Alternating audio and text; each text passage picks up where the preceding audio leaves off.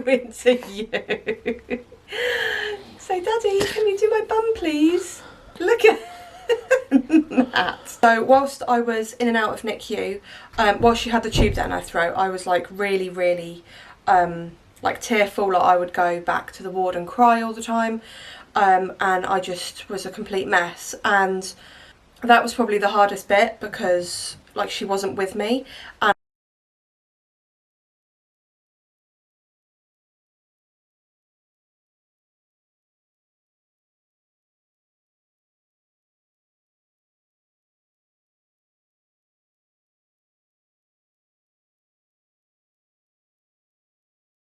I was having to pump, but it was weird because like there was no baby there, like, do you know what I mean? Like I just had her in my tummy for 9 months and then suddenly she was gone. Like it was really horrible. When I was back on the ward, obviously I was getting like meals, which was lovely, and hot chocolate and painkillers, and my womb contracting back down was so painful. It was unreal. The cramps, oh my god. As soon as I'd had her, I was like, oh wow, these are really strong. Had painkillers like every 4 to 6 hours. I was doing like paracetamol and ibuprofen, but it was, oh gosh, they were so uncomfortable. Leave me comments down below if you had that with your third babies or second babies or first babies. I remember Harry's wasn't too bad, Charlie's was bad, and then obviously the third, I think it gets worse as you go along. So Matt was at home with the boys, looking after them, and obviously then coming back and forth from the hospital. Matt's mum was also looking after the boys and like having sleepovers and things like that, so Matt could be with me, which was lovely. And I was pumping every like 2 to 3 hours to try and like build my milk supply up, which was working because my milk came in on like day 2.5 like it normally does. Yeah, and I was like getting myself into a routine. Although she still wasn't with me, she was progressively getting better. They had to keep taking blood from her heel to look at the CRP levels in her blood, which is like an infection marker. So it was coming down from like 94 to 60 to I think 45 and then 15. Like it was dropping, and then I think the last one they did it was like 8, so that was really good. So we were all feeling really positive. Then the consultant came round, which was a different one, and she basically told me that it wasn't meconium aspirate that she had. It was actually strep B pneumonia, sepsis because she wasn't weeing, and that's what I thought was a bit weird because she had all these like fluids going into her but like nothing was coming out. So she had all of that going on. Also she had to have something called Curacurf, which is something that goes into your lungs because she had like undeveloped lungs or something. She had like premature lungs. They did an x-ray on her when she was born because of the meconium aspirate, and they were looking at the lungs and they were like, well, that's strange because that doesn't look like a full-term baby's lungs to me. That looks like premature lungs. So that was a bit weird, and we're not still quite sure as to why that was. But anyway, the Curacurf is really expensive. Each vial's about that big. It's like in a little glass container, and they're 500 quid for each one.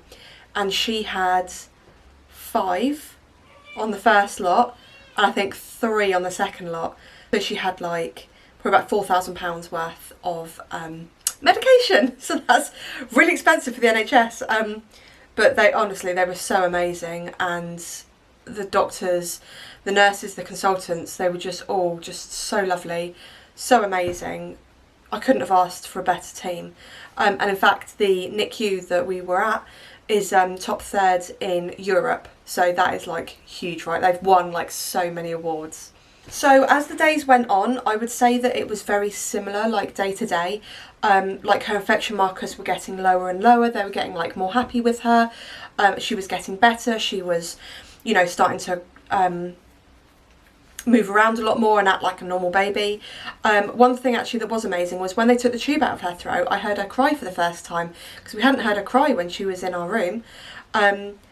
And literally the nurse there was like, oh, you just wait. And I was like, no, I want to hear her cry. Like, it's a good sign. It means that she's like getting better. And because the tube that goes down her throat was like stopping her vocal cords like vibrating together.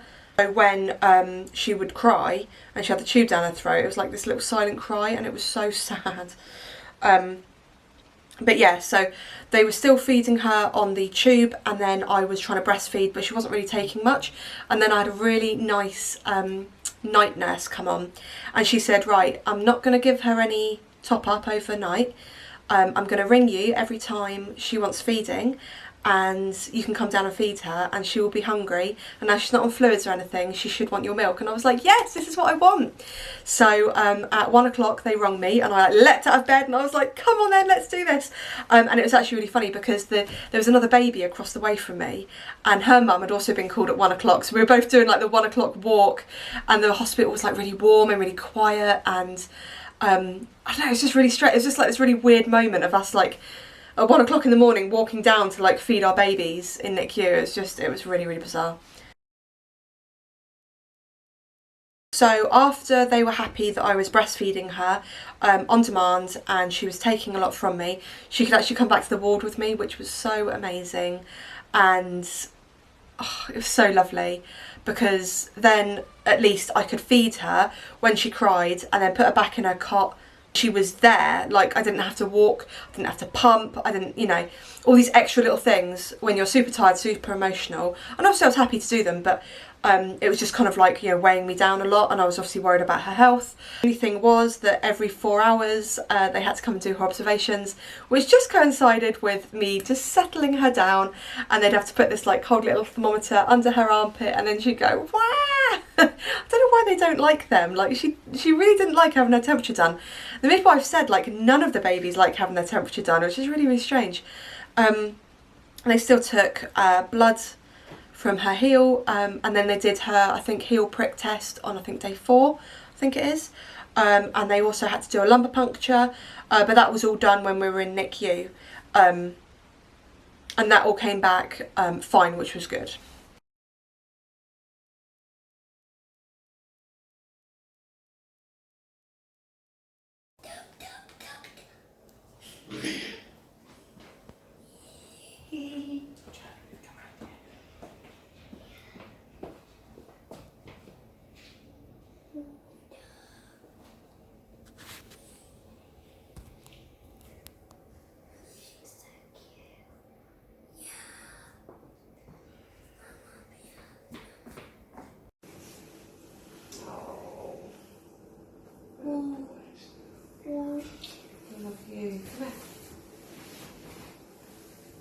Oh no! What? I almost Olivia. Oh yeah, no, I was leaning on my sheet. It's alright. I almost Olivia open her eyes. Yeah. I didn't have any tears, I just had like one little graze, which healed within like 3 days. Within about 4 or 5 days of me being in hospital, I didn't even feel like I'd had a baby, other than like the womb contractions. Like down there was completely normal, I didn't burn or sting or anything when I had a wee. She was born at 3:40 in the morning, and yeah, the placenta was born 10 minutes later. She was £7.1. Of course, we didn't find any of this out until she actually until a couple of days later, because obviously they'd weighed her when they got to NICU, but at the time they were like, you know, trying to save her life, so they didn't really have time for stuff like that. Heart really does go out to all those parents that have their babies in NICU or have been in NICU. It is literally, oh god, it's one of those things that you don't ever think it's going to happen to you until it does. So yeah, that was really scary.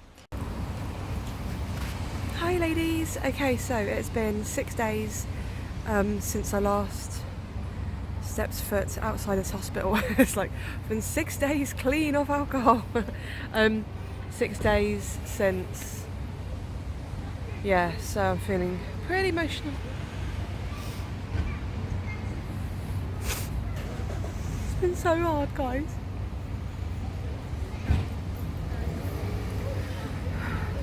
She's doing so much better, which is good, but we've had a couple of rough nights cluster feeding, which is fine, you know, but you know, and I take my hats off to single mums out there.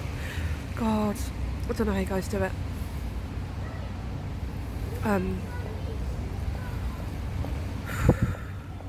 But yeah, so I'm keeping up with my naps to, you know, make sure that I'm getting enough sleep. But yeah, it's so nice to come out and get a bit of fresh air. So husband is with baby, and he was going to sleep over last night, but there's a few family things that have happened, so he's going to have to go and pick the boys back up from my mother-in-law's. But yeah, so here I am, having a few minutes of fresh air. I don't know if they will be sending us home tomorrow. Her levels have come down a lot. They want them to be below 5, and we're now at 8, so that's pretty good. But it's whether they do a 7-course or a 10-day course of antibiotics. So basically they want her levels to be down and then like not go back up, so there may be a chance I have to stay in for a bit longer, which obviously is best for her. Obviously it's taking its toll on me and everyone, but just as long as she gets better, that's all that matters. But yeah, it's hard. It's hard having a baby in NICU. So I'm going to have a little walk now around the hospital, and I will update soon. And hopefully we'll be coming home, and then we can get back on to a normal, you know, day.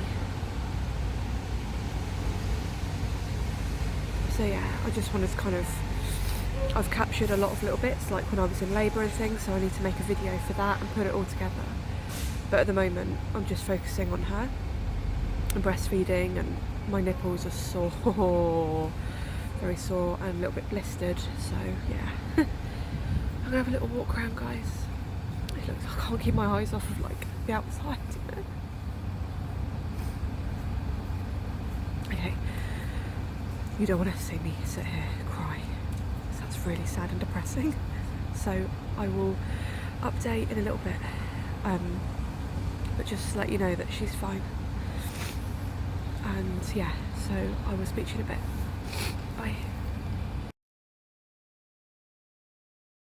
Hi ladies. Okay, so this is going to be our final update being in hospital, because they told me just now that I can go home today, and I literally burst into tears as soon as she told me. I was so happy. She like walked in and I was like, okay, here we go. Like, it was almost like being on the X Factor, like, have we passed the test? But all of her obs look good, all of her blood work looks good. She didn't have GBS in her blood or in her urine or anything like that. It was literally just swabbed on the surface. So yeah, guys, I'm so relieved. Matt's just gone to get the car seat because he stayed with me all morning. But yeah, I'm so happy. I'm just packing everything up. It feels so good. You just had your cannula out, babe. So happy. I just washed my hair because it was a little bit greasy. But yeah, I'm so happy, guys. So this will be the final video that you will see of this. I don't even know. I'm going to have to like put it into chapters or something. It's been such a journey. It's been an entire week. But yeah, I'm so happy that she's got so much better. And yeah, so yeah, this will be the last little bit that you'll see of us in hospital. Thank you so much for watching. If you like this video, give it a thumbs up, subscribe to me for free, follow Channel Mum and all that, and I'll see you in my next video. Bye. She holding on to the notes.